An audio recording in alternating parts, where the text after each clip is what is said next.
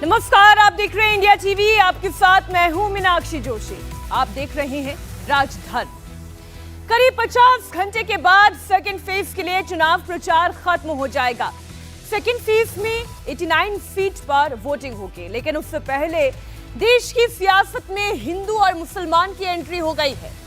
हिंदू मुसलमान पर जबरदस्त पॉलिटिक्स हो रही है। कांग्रेस समेत पूरा विपक्ष नरेंद्र मोदी पर चुनाव में हिंदू मुसलमान करने का आरोप लगा रही है, तो नरेंद्र मोदी तुष्टीकरण को लेकर कांग्रेस को घेर रहे हैं। आखिर कांग्रेस के मैनिफेस्टो में ऐसा क्या था जिसे नरेंद्र मोदी ने बड़ा मुद्दा बना दिया? आखिर कांग्रेस ने राहुल गांधी के भाषण के उस हिस्से को म्यूट क्यों किया जिसे बीजेपी ने पकड़कर बड़ा इश्यू बना दिया? हम आपको इसकी एक एक सच्चाई दिखाएंगे। राहुल गांधी के भाषण का जो हिस्सा म्यूट है उसे अनम्यूट करके आपको सुनाएंगे। नरेंद्र मोदी जो कहते हैं वो सोच समझ के कहते हैं। जो बात उन्होंने राजस्थान के बांसवाड़ा में कही थी, वही बात आज उन्होंने अब से थोड़ी ही देर पहले उत्तर प्रदेश के अलीगढ़ में फिर दोहराई। पिछली बार कांग्रेस का मैनिफेस्टो टारगेट पर था, इस बार सीधे सीधे शहजादे यानी कि राहुल गांधी पर निशाना था। अलीगढ़ के लोगों को आगाह कर रहा हूं, मैं देशवासियों को आगाह करना चाहता हूं। कांग्रेस और इंडी गठबंधन की नजर अब आपकी कमाई पर है, आपकी संपत्ति पर है। कांग्रेस के शहजादे का कहना है कि उनकी सरकार आई तो कौन कितना कमाता है, किसके पास कितनी प्रॉपर्टी है, किसके पास कितना धन है, किसके पास कितने मकान है, उसकी जांच कराएंगे। इतना ही नहीं, वो आगे कहते हैं कि ये जो संपत्ति है उनको सरकार अपने कब्जे में लेकर उसको सबको बांट देगी, ये कहते हैं। ये मैनिफेस्टो उनका कह रहा है। भाइयों बहनों, आप सोचिए, हमारी माताओं बहनों के पास सोना होता है। ये सोना अवसरों पर सिर्फ शरीर पर पहन करके प्रभाव पैदा करने के लिए नहीं होता है। हमारे देश में माताओं बहनों के पास जो सोना होता है, कितना ही कम क्यों न हो, वो स्त्री धन होता है, पवित्र माना जाता है, कानून भी उसकी रक्षा करता है। नरेंद्र मोदी अब फ्रंट फुट पर खेल रहे हैं। संसाधनों के बंटवारे पर वो कांग्रेस पर जबरदस्त प्रहार कर रहे हैं। नरेंद्र मोदी ने बार बार फिर कहा, अगर कांग्रेस की सरकार बनी तो माताओं बहनों का मंगल सूत्र तक का बंटवारा हो जाएगा। आपका स्त्री धन लूटना चाहती है, माताओं बहनों का मंगल सूत्र अब सलामत नहीं रहेगा, ये कांग्रेस ने कहा है। इन परिवारवादी लोगों ने देश के लोगों को लूटकर अपना इतना साम्राज्य बना लिया है। आज तक इन्होंने अपनी अकूट संपत्ति से देश के किसी गरीब को कुछ नहीं दिया। अब इनकी नजर देश के लोगों की संपत्ति पर पड़ गई है। साथियों, जनता के धन को लूटना, देश की संपत्ति को लूटने कांग्रेस अपना जन्मसिद्ध अधिकार समझती है। वो सर्वे करना चाहते हैं कि जो नौकरी पेशा वर्ग है, जो कर्मचारी है, उन्होंने अपनी बच्चों की पढ़ाई के लिए, बच्चों की शादी के लिए जो एफडी की है, फिक्स डिपॉजिट की है, किसकी कितनी सैलरी और कितनी एफडी है, उसकी भी जांच होगी। किसके पास एक वाहन है, किसके पास 2 वाहन है, उसकी भी जांच होगी।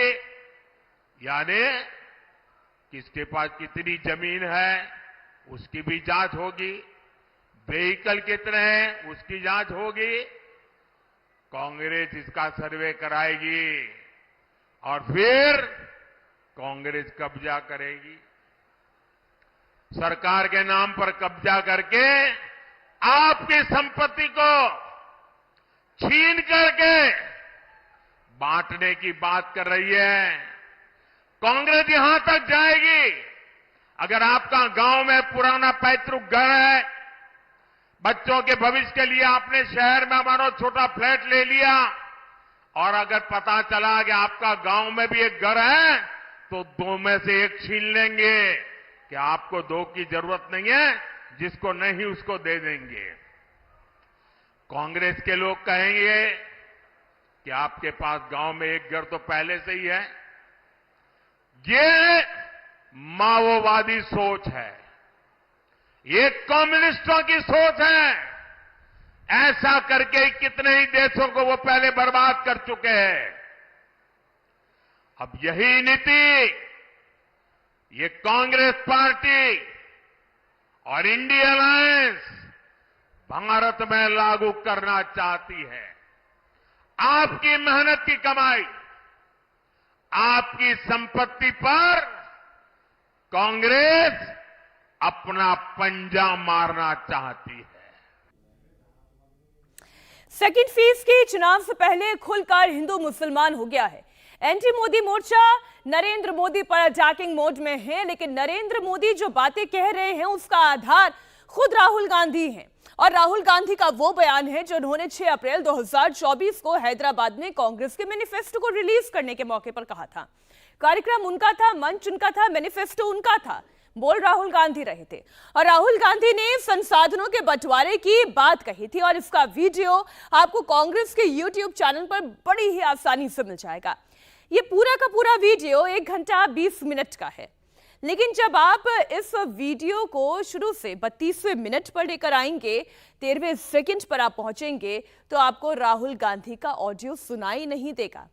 यहां पर पूरा ऑडियो खराब है। अपने भाषण के जिस हिस्से में राहुल गांधी का ऑडियो खराब है, उससे पहले वो ये कहते हुए सुनाई देते हैं कि ये पता लगाएंगे कि हिंदुस्तान का धन किसके हाथों में है। यही बात तो आपने प्रधानमंत्री नरेंद्र मोदी के मुंह से भी सुनी। ये बात तो राहुल गांधी ने कही थी।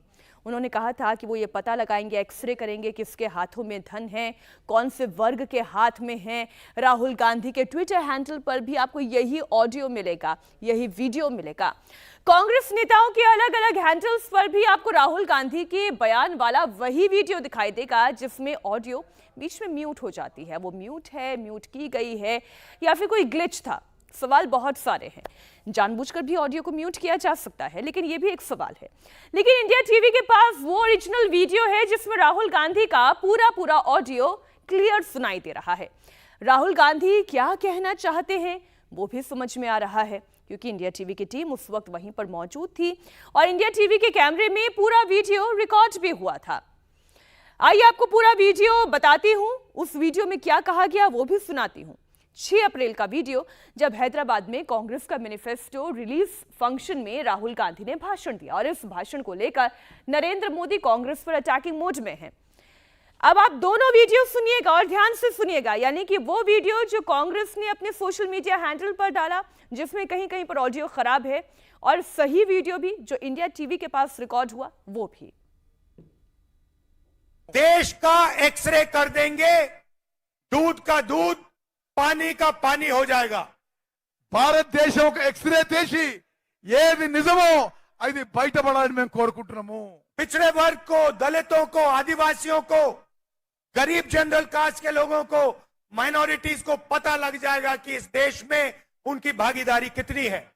బీసీలకి, ఎస్సీలకి, ఎస్టీలకి, మైనారిటీలకి దేశంలో వాళ్ళ భాగస్వామ్యం ఎంత ఉందని చెప్పి దాంతో స్పష్టంగా అవుపడుతుంది చెప్పి నేను మనవి చేస్తున్నాను. इसके बाद हम फाइनेंशियल और इंस्टीट्यूशनल सर्वे करेंगे.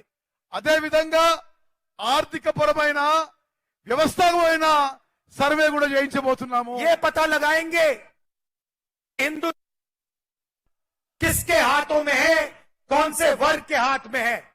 देश का एक्सरे कर देंगे, दूध का दूध, पानी का पानी हो जाएगा. భారతదేశం ఎక్స్రే చేసి ఏది నిజమో అది బయటపడాలని మేము కోరుకుంటున్నాము. पिछड़े वर्ग को, दलितों को, आदिवासियों को, गरीब जनरल कास्ट के लोगों को, माइनॉरिटीज को पता लग जाएगा कि इस देश में उनकी भागीदारी कितनी है. బీసీలకి, ఎస్సీలకి, ఎస్టీలకి, మైనారిటీలకి దేశంలో వాళ్ళ భాగస్వామ్యం ఎంతుందని చెప్పి దాంతో స్పష్టంగా అవుపడుతుంది చెప్పి నేను మనవి చేస్తున్నాను. इसके बाद हम फाइनेंशियल और इंस्टीट्यूशनल सर्वे करेंगे. అదే విధంగా ఆర్థిక పరమైన వ్యవస్థాపకమైన సర్వే కూడా చేయించబోతున్నాము. ये पता लगाएंगे कि हिंदुस्तान का धन किसके हाथों में है, कौन से वर्ग के हाथ में है. ఈ విధంగా భారతదేశం యొక్క ధనము ఏ వర్గం దగ్గర ఉంది, ఎక్కడుందో మేము తెలుసుకుంటాము. और इस ऐतिहासिक कदम के बाद हम क्रांतिकारी काम शुरू करेंगे. ఈ చారిత్రాత్మక అడుగు వేసిన తర్వాత కొన్ని విప్లవాత్మక మార్పులు తీసుకురాబోతున్నాము. जो आपका हक बनता है वो हम आपके लिए आपको देने का काम करेंगे. మీ హక్కు అయితే ఉందో మీ హక్కు ప్రకారం మీకు देश के संसाधन पर तो सभी का हक है और बराबर हक है, लेकिन राहुल गांधी ये कह रहे हैं कि हर एक व्यक्ति का सोशल स्टेटस पता किया जाएगा, उसका फाइनेंशियल स्टेटस पता किया जाएगा और फिर हर किसी को हक दिया जाएगा. इसका क्या मतलब है?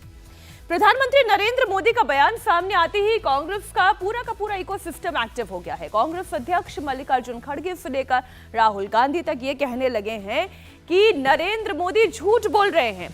सुप्रिया श्रीनेत से लेकर पार्टी के स्पोक पर्सन पवन खेड़ा तक कांग्रेस के हर बड़े नेता की टाइमलाइन पर एक ही बात देखने को मिल रही है. Rahul Gandhi social media platform पर लिखते हैं, पहले चरण के मतदान में निराशा हाथ लगने के बाद नरेंद्र मोदी के झूठ का स्तर इतना गिर गया है कि घबराकर वह अब जनता को मुद्दों से भटकाना चाहते हैं. उन्होंने क्या लिखा मैं आपके सामने पढ़ रही हूं. आप देखिए, कांग्रेस के क्रांतिकारी मैनिफेस्टो को मिल रहे अपार समर्थन के रुझान आने शुरू हो गए हैं. पहले चरण के मतदान में निराशा हाथ लगने के बाद नरेंद्र मोदी के झूठ का स्तर इतना गिर गया है कि घबराकर वो जनता को मुद्दों से भटकाना चाहते हैं. अब देश अपने मुद्दों पर वोट करेगा, अपने रोजगार पर, अपने परिवार पर और अपने भविष्य के लिए वोट करेगा. ये बात तो हुई राहुल गांधी की. प्रधानमंत्री नरेंद्र मोदी ने हमला बोला तो कांग्रेस अध्यक्ष मल्लिकार्जुन खड़गे ने पार्टी के मैनिफेस्टो का बचाव किया. कांग्रेस अध्यक्ष ने कहा कि इनके पास बोलने के लिए कुछ नहीं है, इसलिए वो इस तरह की टिप्पणी कर रहे हैं. उस काम है वो बता सकते हैं, जैसा कि हमने नरेगा का बताते हैं, फूड सिक्योरिटी का बताते हैं, कंपल्सरी एजुकेशन का बताते हैं, आरटीए का बताते हैं और रूरल हेल्थ मिशन का बताते हैं. ये हमने किया है, हम बता वैसा काम उन्होंने कहने दो जो जनता के भलाई के लिए और सबके लिए है. तो उनके पास कुछ नहीं बोलने के लिए, वो हमेशा कांग्रेस को टीका करते हैं या अपोजिशन. कौन सा मुस्लिम लीग का इश्यू है उसमें? सबको, सब महिला को 1-1 लाख रुपए सालाना देना ये मुस्लिम लीग का है प्रोग्राम. युवाओं को नौकरी देना, ट्रेनिंग देना और उनको 1 लाख रुपए ट्रेनिंग के लिए देना ये मुस्लिम लीग का है. और किसानों के लिए हम उनकी लीगल गारंटी एमएसपी पे करेंगे, ये क्या किसानों का, ये क्या मुस्लिम लीग का है? नरेंद्र मोदी ने तुष्टीकरण को लेकर कांग्रेस की उस दुखती रग पर हाथ रखा है. शायद इसलिए कांग्रेस के छोटे से लेकर बड़े नेता एक ही बात बोल रहे हैं.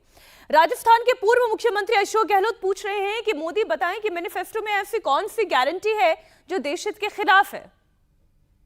ये मेरी समझ के परे है कि प्रधानमंत्री जी को उन मैनिफेस्टो में क्या बात लिखी ऐसी कि उसको वो जोड़ रहे हैं बेतुकी बात करके.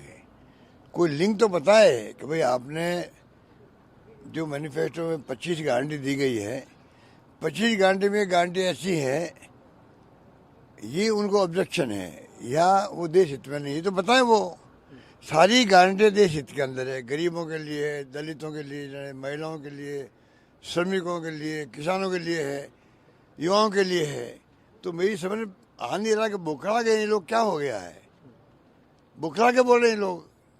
पहले मुस्लिम लीग से जोड़ दिया इसको आज़ादी के पहले का, तो समझ में नहीं आ रहा देशवासियों को कि ये मैनिफेस्टो 25 गारंटी को लेके इस पर कमेंट क्यों कर रहे हैं। ये इसका जवाब दे वो। दूसरे चरण के लिए 26 अप्रैल को 89 सीट पर वोट डाले जाएंगे। इसमें केरल की सभी 20 लोकसभा सीटों पर इसी चरण में मतदान हो जाएगा। वहीं कर्नाटक की 14 और राजस्थान की 13 लोकसभा सीटों पर भी इसी चरण के अंतर्गत मतदान होना है। सेकेंड फेज के इलेक्शन में 89 में से 24 ऐसी सीटें हैं जिसमें मुस्लिम बहुल इलाके बताए जा रहे हैं। इन सीटों पर मुस्लिम वोटर्स की संख्या 20% या फिर उससे कई ज्यादा है। जी हां, 2019 के चुनावी नतीजे में ये सीटें एनडीए को 14 सीटों पर इनमें से जीत मिली थी। अब आप सोचिए कितनी, 89 सीट जिन पर वोटिंग होनी है, 24 सीट ऐसे जो कि मुस्लिम डोमिनेटेड सीट कही जाती है। और 2019 के नतीजों से आप अभी 2024 के इक्वेशन को कंपेयर करेंगे तो 14 सीटें ऐसी है जहां पर एनडीए ने विजय हासिल की थी। सेकंड फेज में उत्तर प्रदेश में भी 8 सीटों पर वोटिंग होनी है, जिसमें से एक सीट अलीगढ़ भी है जहां पर नरेंद्र मोदी ने आज अपनी चुनावी सभा में संबोधित किया और फिर से अपनी बातों को दोहराया। अलीगढ़ में जहां 20% मुस्लिम वोटर्स हैं, इसके अलावा मेरठ की बात करें यहां पर 34% है, बागपत में 29% है, बुलंदशहर में यही आंकड़ा बढ़कर 22% का हो जाता है। गाजियाबाद की बात करें 27% और अमरोहा में 39% मुस्लिम वोटर्स हैं। 2019 में इन सभी सीटों पर बीजेपी की जीत हुई थी और बीजेपी एक बार फिर से इसी जीत को दोहराने की कोशिश कर रही है। सेकेंड फेज के इलेक्शन में उत्तर प्रदेश में जिन 8 सीटों पर वोटिंग हो रही है, इसमें अमरोहा को छोड़कर बाकी सभी 7 सीटों पर बीजेपी का कब्जा है। बीजेपी ने इस बार उत्तर प्रदेश में टारगेट 80 रखा है, यानी कि 80 में से 80 सीट जीतने का लक्ष्य है। आज आपको कहने आया हूं, अभी अभी कांग्रेस पार्टी को मिर्ची लगी है। मोदी जी ने उनके घोषणा पत्र में से सबकी संपत्ति का सर्वे करने का कहा है। मोदी जी ने कल कहा क्यों करना है इस सर्वे को। कांग्रेस पार्टी पूरी नरेंद्र मोदी पर सवाल उठा रही है। मैं आज कांग्रेस पार्टी को पूछना चाहता हूं, आपके घोषणा पत्र में सर्वे की बात है या नहीं है। राहुल बाबा देश के नाम में स्पष्ट करे। और मनमोहन सिंह, आपके प्रधानमंत्री ने कहा था संसाधन पर पहला अधिकार माइनॉरिटी का है, आदिवासी दलित का नहीं है, आदिवासी दलित का नहीं है। सेकेंड फेज में बिहार की 5 सीटों पर भी मतदान होना है। इसमें 3 सीटें सीमांचल की आती हैं। बिहार में बीजेपी जिस एक सीट पर हार गई थी वो किशनगंज की सीट भी इसी में शामिल है और 1999 के बाद से बीजेपी कभी भी यहां पर जीत नहीं पाई। सीमांचल की ये तीनों सीटें मुस्लिम बहुल हैं।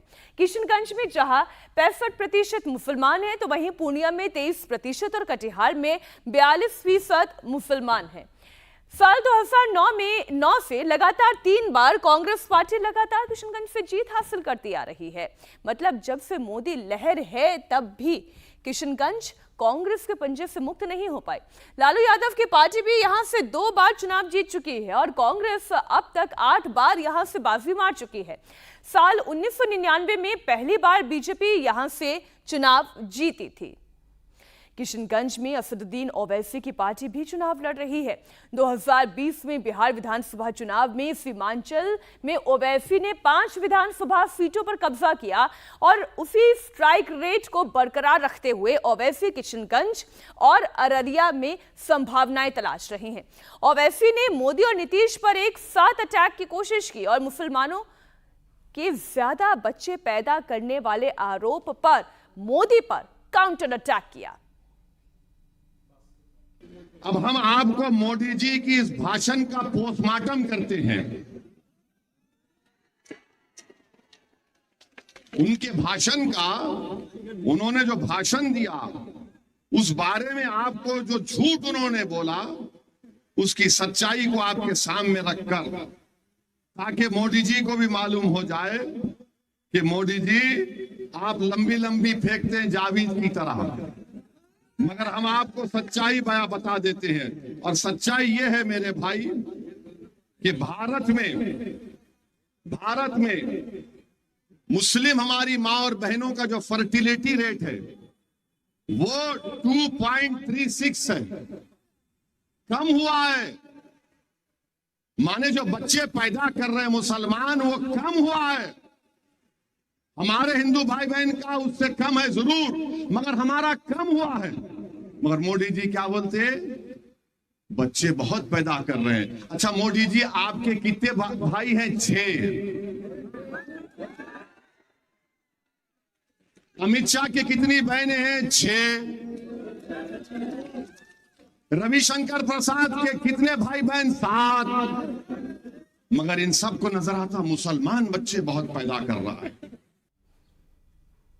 इंडिया गठबंधन भी शामिल आरजेडी नेता तेजस्वी यादव ने भी कांग्रेस का समर्थन करते हुए प्रधानमंत्री मोदी पर हमला बोला। लालू के बेटे ने कहा कि हिंदू मुस्लिम करना प्रधानमंत्री मोदी को शोभा नहीं देता। मुद्दे की बात करें, प्रधानमंत्री जी हाथ जोड़ करके अपील करते हैं कि नफरत की राजनीति छोड़े, मुद्दे की बात करें। देश का नौजवान, देश का बुजुर्ग वर्ग, देश का व्यावसायिक वर्ग, देश का किसान, देश की हमारी माताएं बहनें, सभी वर्ग के लोग जो हैं उनका अर्जुन की तरह एक ही निशाना है। वो निशाना गरीबी, महंगाई, बेरोजगारी और खराब अर्थव्यवस्था है, और यही असल मुद्दा है। तो प्रधानमंत्री जी से हम यही अपील करेंगे कि आप बताइए आपने 10 साल में क्या किया और आपका बिहार के लिए, देश के लिए क्या विजन है। उस पर बात ना करके केवल मंदिर, मस्जिद और हिंदू मुसलमान की बात करना प्रधानमंत्री स्तर पर शोभा नहीं देता है।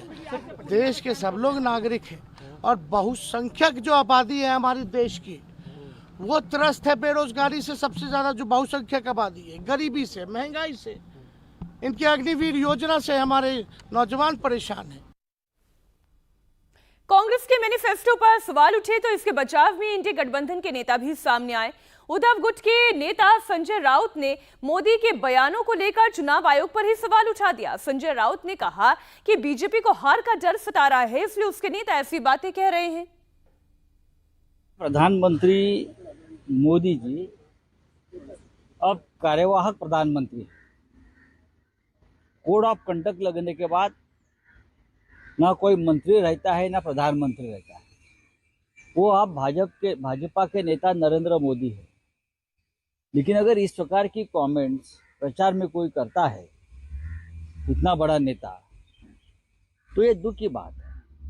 अब ये लोग मंगलसूत्र तक पहुंच गए हैं। हाँ, जिनको ज्यादा बच्चे हैं, जिसको कम बच्चे हैं, ये क्या प्रचार का मुद्दा है क्या?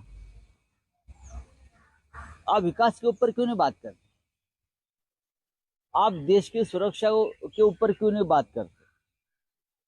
आप राष्ट्रीय मुद्दे पर क्यों नहीं बात करते? 10 साल में आपने क्या किया है और आगे क्या करने जा रहे हैं, आप उसके ऊपर बात नहीं करते।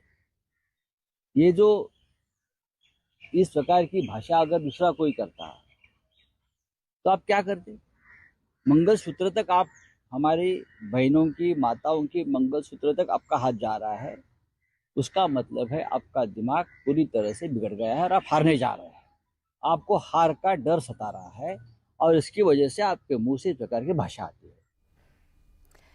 जैसे जैसे देश के अलग अलग हिस्सों में टेम्परेचर बढ़ता जा रहा है, वैसे वैसे पॉलिटिक्स भी गर्माती जा रही है। नेताओं की जुबान भी हॉट होती जा रही है। कांग्रेस के पूर्व नेता और समाजवादी पार्टी के मौजूदा राज्यसभा सांसद कपिल सिब्बल ने प्रधानमंत्री नरेंद्र मोदी पर विवादित बयान दिया। कपिल सिब्बल सुप्रीम कोर्ट के जाने माने वकील हैं। उन्होंने प्रधानमंत्री नरेंद्र मोदी को रावण तक कह दिया। वो कह रहे हैं कि नरेंद्र मोदी देश में नफरत फैलाने की कोशिश कर रहे हैं। स्पष्ट बात तो यह है कि प्रधानमंत्री जी के संस्कार हमारी सभ्यता के संस्कार के साथ जुड़े होने रहने चाहिए। और अगर राम की बात करते हैं तो रावण जैसे काम नहीं होने चाहिए। मैं उस पद का आदर करता हूं और क्योंकि वो बैठे हुए हैं उस पद पे, उनका भी आदर करता हूं, लेकिन उनसे आग्रह करूंगा कि आपको देशवासियों से माफी मांगनी चाहिए। मैनिफेस्टो पर चौतरफा घिरने के बाद कांग्रेस महासचिव केसी वेणुगोपाल ने मैनिफेस्टो को मिसकोट करने का आरोप लगाया है। वेणुगोपाल ने कहा कि पूरे देश से पीएमओ को मैनिफेस्टो भेजने का फैसला लिया गया है। Election should fight with harmonious mindset. That should begin from the Prime Minister itself, because Prime Ministership is the big position in this country, constitutional position. But this is quite unfortunate. He is lying everything. He is misquoting, entirely misquoting the Congress manifesto. That is why we decided to send the manifesto from all over India to PMO. That's all. प्रधानमंत्री नरेंद्र मोदी ने अपने भाषण में पूर्व प्रधानमंत्री मनमोहन सिंह के 18 साल पुराने भाषण का भी जिक्र किया था। उन्होंने मनमोहन सिंह का जिक्र क्यों किया, यह भी आपको बता देती हूं। दरअसल 9 दिसंबर 2006 को राष्ट्रीय विकास परिषद की एक बैठक हो रही थी और इसमें तत्कालीन प्रधानमंत्री मनमोहन सिंह ने भाषण देते हुए कहा था कि संसाधनों पर पहला अधिकार मुसलमानों का है। यह भाषण मनमोहन सिंह ने अंग्रेजी में दिया था।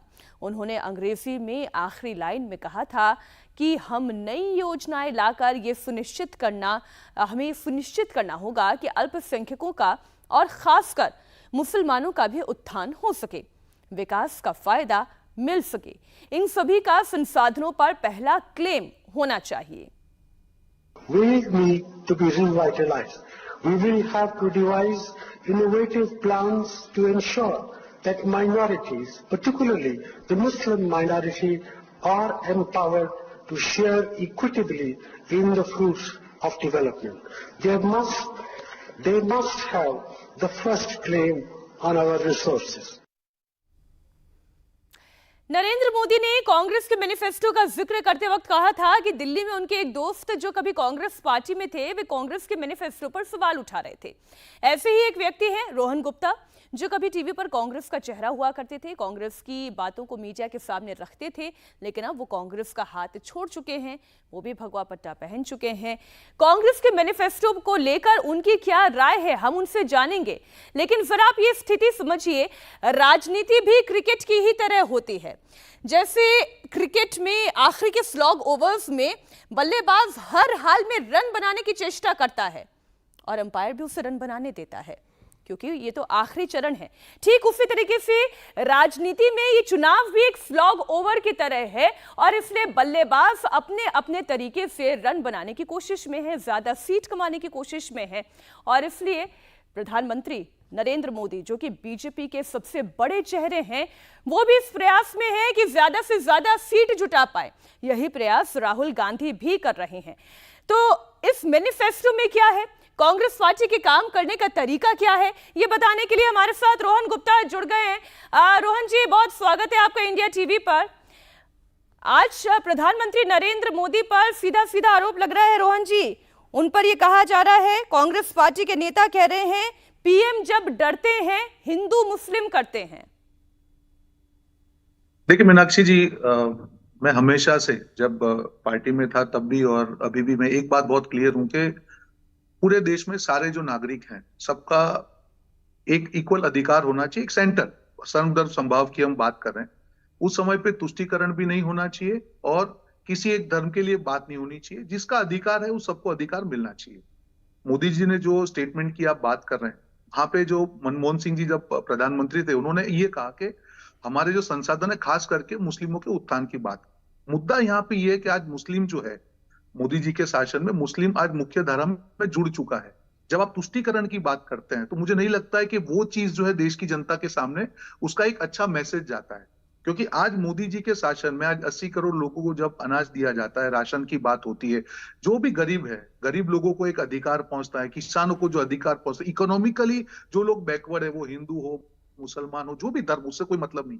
मोदी सरकार की जो भी योजना हो या जो भी योजना, जो लोग को उसकी जरूरत है उस तक वो पहुंचना चाहिए। जब आप उसमें धर्म लेके आते हैं, जब सरकार की नीतियों में आप धर्म की बात करते हैं, तो मुझे लगता है कि कहीं ना कहीं मोदी जी ने जो बात की वो तुष्टीकरण के खिलाफ की बात की। नहीं, क्योंकि खुद प्रधानमंत्री मोदी ने ये कोट किया, उन्होंने कहा कि जो मित्र कांग्रेस पार्टी से आए हैं, उन्हें बताया कि कांग्रेस पार्टी में कैसे धर्म के नाम पर राजनीति होती है। क्या आप तो कांग्रेस पार्टी के कार्यप्रणाली से अवगत हैं, तो क्या वहां पर किसी एक धर्म को लेकर सेंटिमेंट अलग और किसी दूसरे धर्म को लेकर सेंटिमेंट अलग होते हैं?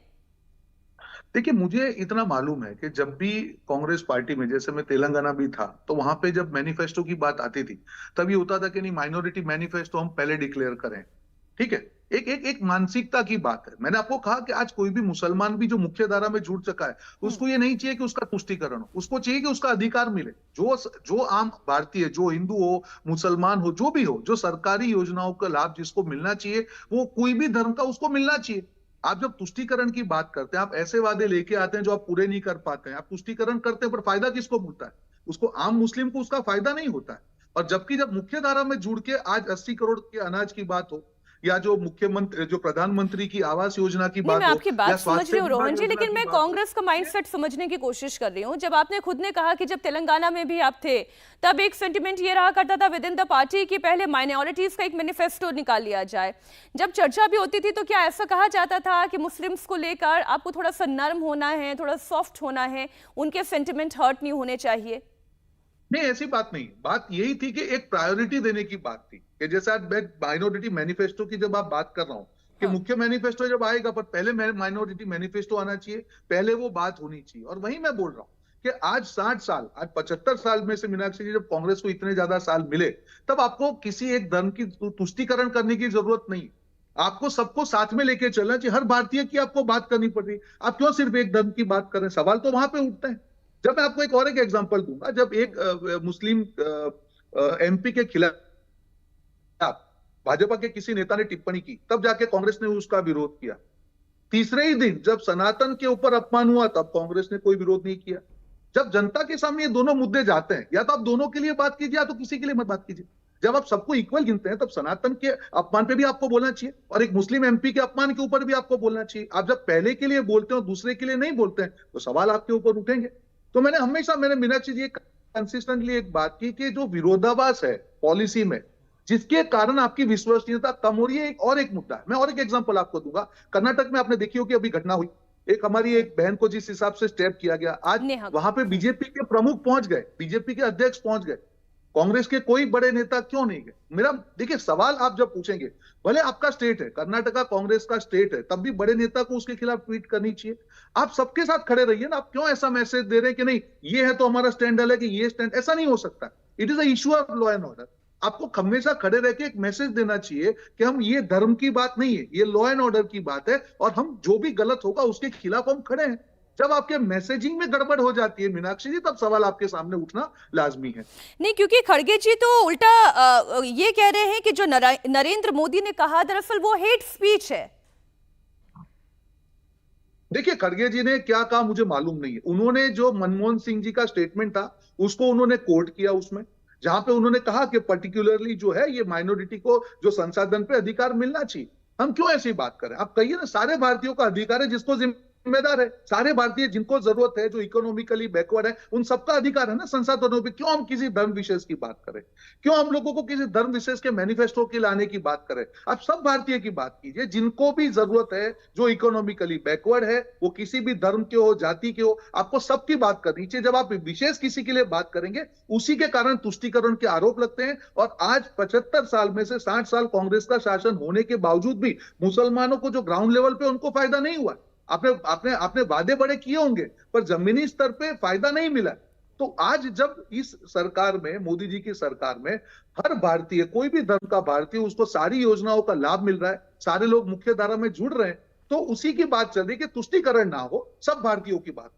नहीं, आज प्रधानमंत्री ये भी कहते कि कांग्रेस पार्टी के ऊपर ना वामपंथी सोच हावी हो गई है, इसलिए वो हर किसी के इकोनॉमिक स्टेटस को जानना चाहते हैं, कितने घर हैं उनके पास, कितनी गाड़ी है उनके पास, कितने जमीन जायदाद है, यहाँ तक कि स्त्री धन की भी बात उन्होंने कर दी। ये वामपंथी सोच हावी होना, और ये प्रधानमंत्री कहना क्या चाह रहे थे, कहां पर उनका इशारा था? देखिए, वामपंथी की जो बात है मीनाक्षी जी, जब मैंने भी पार्टी छोड़ी तब मैंने ये बात कही कि वामपंथी विचारधारा ये होता है कि आप जो वेल्थ क्रिएटर है, जो इकोनॉमी में अपना योगदान दे रहे हैं, आप हर उस चीज को सवाल उठाओ जो प्रॉस्परस है। आप एक उद्योगपति के खिलाफ आप लोग दिल्ली से प्रेस कर रहे हैं और वही उद्योगपति के साथ आप राज्यों में एमओयू कर रहे हैं, तो ये वामपंथी विचारधारा नहीं है तो क्या हुआ? हमेशा लेफ्टिस्ट माइंडसेट ने जो देश की जो उन्नति है, प्रगति का, उसका विरोध किया है, और कांग्रेस पार्टी ने भी लेफ्ट पार्टी का हमेशा से विरोध किया है। हमें आजादी की बात करूं या उसके बात के करूं, कभी भी कांग्रेस पार्टी ने लेफ्ट पार्टी की जो योजना है उसके साथ में खड़े नहीं रहे। और एक विरोधाभास देखिए कि यहाँ इंडिया गठबंधन में लेफ्ट पार्टीज हैं और वहीं पे केरला में जहां पे लेफ्ट पार्टी की सरकार है वहां पे अलग लड़ रहे हैं। तो कंसिस्टेंसी कहां पे? अगेन मैं मेरे मुख्य मुद्दे पे आ रहा हूं कि या आप लेफ्ट के साथ में खड़े या लेफ्ट के खिलाफ खड़े। अब ये नहीं कह सकते कि केरला में हम खिलाफ खड़े हैं और हम लोग वेस्ट बंगाल में उनके साथ में खड़े या देश में साथ में खड़े हैं। इसीलिए जो मानसिकता है, जो विरोधाभास की मानसिकता है कि जो कांग्रेस हमेशा सेंटर में होती थी, जिसके कारण देश की जनता ने 75 से 80 साल में 60 साल कांग्रेस को शासन दिया, आज कांग्रेस पार्टी अपनी विचारधारा से पूरी तरीके से अलग होकर लेफ्टिस्ट मानसिकता, और जिसमें ये तुष्टीकरण भी एक पोर्शन है। एक हो गया कि जो वेल्थ क्रिएटर है उसका विरोध करना और तुष्टि, ये सारी जो मैं पॉलिसीज देख रहा हूं, आप लेफ्ट पार्टी का मैनिफेस्टो उठा के देख लीजिए, वही उसी तरीके की बात कर रहे हैं। तो ये आप उनके लेफ्ट पार्टी का और कांग्रेस का मैनिफेस्टो देखेंगे तो आपको सिमिलरिटी दिखेगी जो पहले नहीं हुआ करता था। आपने रोहन जी आपने जो केरल का जिक्र किया, केरल में तो कांग्रेस पार्टी के झंडे से ज्यादा तो मुस्लिम लीग के झंडे दिखाई दे रहे हैं। देखिए, वो एक पार्टी है, लोकल पार्टी है, कहीं पे वो लोग गठबंधन में लड़े होंगे, उसके ऊपर मैं बात नहीं करूंगा। मुख्य मैं क्या कह रहा हूं, आप विचारधारा की बात कर रहे हैं। केरल में दो मुख्य पार्टी कौन है? लेफ्ट पार्टी और कांग्रेस पार्टी है। आप कौन से मुंह से जनता के पास जाएंगे कि एक तरफ आप उनके साथ खड़े और एक तरफ आपके खिलाफ खड़े? जो उनके मुख्यमंत्री है, कांग्रेस पार्टी ने उनके खिलाफ एक्शन की बात कर रही है वहां पे, और नेशनल लेवल पे उनके साथ में खड़ी है। वही मुख्यमंत्री के खिलाफ ये कहा जाता है कि इसके खिलाफ कोई एक्शन ईडी क्यों नहीं करती है, और दूसरी बात जब केजरीवाल की बात आती है तो कांग्रेस कहती है गलत है। तो इतना ज्यादा विरोधाभास नहीं हो सकता है मीनाक्षी जी। कांग्रेस इतनी बड़ी पार्टी है, उसकी एक जिम्मेदारी है कि जब कोई मैसेजिंग नैरेटिव ग्राउंड लेवल पे जनता के सामने लेके जाए तो उसमें कंसिस्टेंसी तो हो। एक बार जो आप केजरीवाल के साथ खड़े हैं, आपकी पूरी दिल्ली कांग्रेस ने केजरीवाल के एक्साइज कांड के खिलाफ बड़ी बड़ी प्रेस कॉन्फ्रेंस की, तो क्या कांग्रेस के केजरीवाल के साथ में जाने थे वो सारी चीजें गलत हो गई? लेफ्ट पार्टी के आप विरोध कर रहे हैं, वहां पे मुख्यमंत्री का केरल में विरोध कर रहे हैं, और देश के लेवल पे बोल रहे हैं कि हम देश के नाम का गठबंधन बना के लेफ्ट पार्टी के साथ में करेंगे। जनता इन चीजों को स्वीकार कैसे करे मीनाक्षी जी? रोहन जी, राहुल गांधी ने जो स्पीच दी 6 अप्रैल की, वो मैंने पूरी सुनी। उस स्पीच में वो ये कह रहे हैं कि वो इंस्टीट्यूशनल सर्वे करवाएंगे, और जब वो इंस्टीट्यूशनल सर्वे कहते हैं तो उसमें केवल पब्लिक ऑर्गेनाइजेशंस नहीं आते, इंस्टीट्यूशन मींस प्राइवेट ऑर्गेनाइजेशंस भी आते हैं। ये कौन सा माइंडसेट, ये कौन सी थ्योरी लेकर राहुल गांधी चल रहे हैं? क्योंकि आप पार्टी में रहे हैं, विचार विमर्श तो हुआ करता होगा। नहीं, मैंने उनका भाषण सुना नहीं, इसलिए मैं कमेंट नहीं करूंगा। पर जो राहुल गांधी जी पिछले कई दिनों से कास्ट सेंसस की बात कर रहे थे, मेरा उसके खिलाफ, हम लोग इंटरनली भी जब बात करते थे, एक ये बात होती थी कि जब पार्टी के पास 1 साल था, आपकी सरकार थी, पूरा आपके पास मौका था कि आप कास्ट सेंसस डिक्लेयर करें, तब 2013-14 में आपने नहीं किया, और आप उसको मुख्य चुनावी मुद्दा करके आगे बढ़ रहे हैं। जनता उसके ऊपर भरोसा नहीं करेगी। मेरा हमेशा एक ही कहना होता है, walk the talk Meenakshi ji. Politics में आपकी विश्वसनीयता तभी होगी जब आपकी जो पॉलिसी है उसमें विरोधाभास नहीं होगा, आपके डिसीजंस में विरोधाभास नहीं होना चाहिए। अगर जो उस दिन विरोधाभास आ गया तब आपकी विश्वसनीयता नहीं रहेगी, और उसी कारण से पार्टी छोड़ने का सबसे बड़ा कारण था कि डबल बात मैं नहीं कर सकता हूं, वो मेरे जमीर में नहीं है। या तो एक मैं सनातन के साथ खड़ा हूं या सनातन के खिलाफ, या तो मैं देश में जो लोगों ने उद्योगपति हैं, जो देश की इकोनॉमी को आगे ले गए, मैं उनके साथ खड़ा हूं या उसके खिलाफ खड़ा हूं। मैं बीच में खड़ा नहीं हो सकता हूं। मैं राष्ट्रवाद की बात कर रहा हूं तो मैं अगर खालिस्तान के नाम पे जो आम आदमी पार्टी पे कांग्रेस ने विरोध किया, जिसमें मैंने भी विरोध किया, मैंने भी 25 प्रेस कॉन्फ्रेंस की, मैं कौन से मुंह से जनता के पास लेके जाऊं? तो विरोधाभास तो है जी। मैं गुजरात से आता हूं, आप जानते हैं मीनाक्षी जी, वहां पे आम आदमी पार्टी जब चुनाव था राज्य का, तब करीब 12% से 13% वोट लॉस जो कांग्रेस पार्टी का, और सिर्फ आम आदमी पार्टी के कारण हुआ है। 42% फिर भी हो रहे थे। और पूरा आप कैंपेन देखेंगे केजरीवाल का, सिर्फ कांग्रेस के नेताओं को गाली दी। वो राहुल गांधी हो, वो जितने भी नेता है, सिर्फ उनको, बीजेपी को कोई गाली नहीं दी। आप उस व्यक्ति को अपना ही जो वोट बैंक है वो काट के उसको आप दे रहे हैं, और हम लोगों को बोला जाए कि आप चुप रहिए, उसको स्वीकार करिए। ये नहीं हो सकता है ना। हम भी जनता में, हम भी एक चेहरा है, मेरी विश्वसनीयता मैं खतरे में नहीं डाल सकता हूं। और यही काफी मुद्दे थे जो विरोधाभास की बात कर रहे हैं। हर क्षेत्र में आपको विरोधाभास मिलेंगे, नेशनल पार्टी के नैरेटिव में विरोधाभास नहीं होना चाहिए। जी, बहुत शुक्रिया रोहन जी, इंडिया टीवी को समय देने के लिए।